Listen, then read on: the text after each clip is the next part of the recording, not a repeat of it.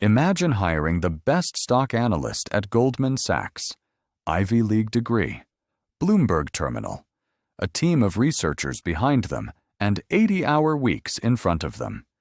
Access to every earnings report and every institutional data set.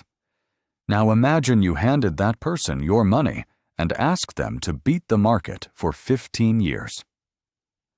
According to the SPIVA U.S. Scorecard, the definitive report on active fund performance published by S&P Global, there is a 92% chance they would have underperformed a fund that does nothing but copy the index. Not 50%, not 70%. 92%.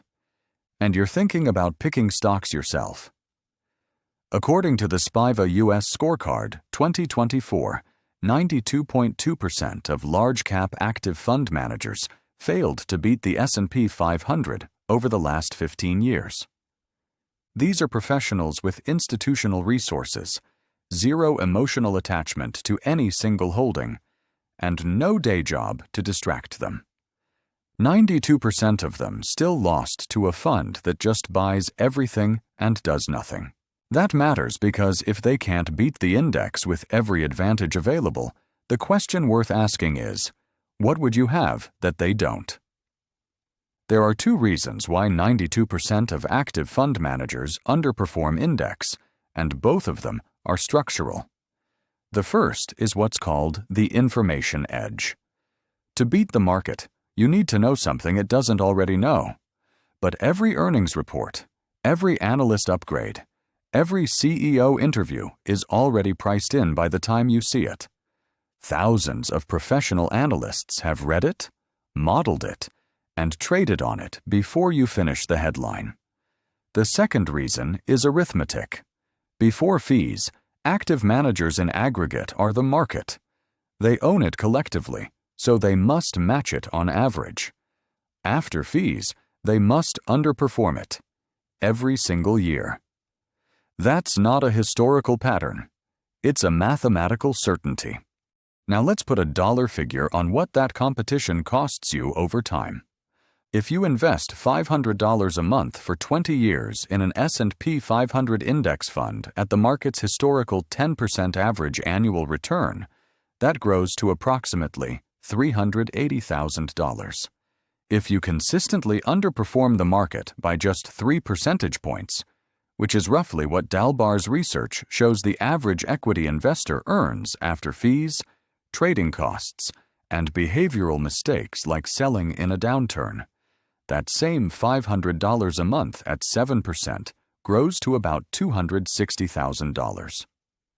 That is a $120,000 gap from the same monthly contribution over the same 20 years, and the fees make it worse. The average actively managed fund charges around 1% in annual expenses. A Vanguard S&P 500 index fund charges 0.03%. On a $200,000 portfolio, that 1% fee costs you $2,000 a year, every single year, whether the fund beats the market or not. And 92% of the time, it doesn't. You're paying a premium for underperformance. That fee compounds just like your returns do.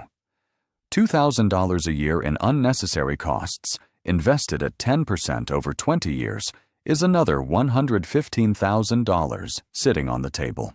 There is one exception worth naming clearly. If you work deep inside an industry and genuinely understand the competitive dynamics better than the analysts who cover it, you know the technology, the supply chain, the customer behavior from the inside. That is a real information edge.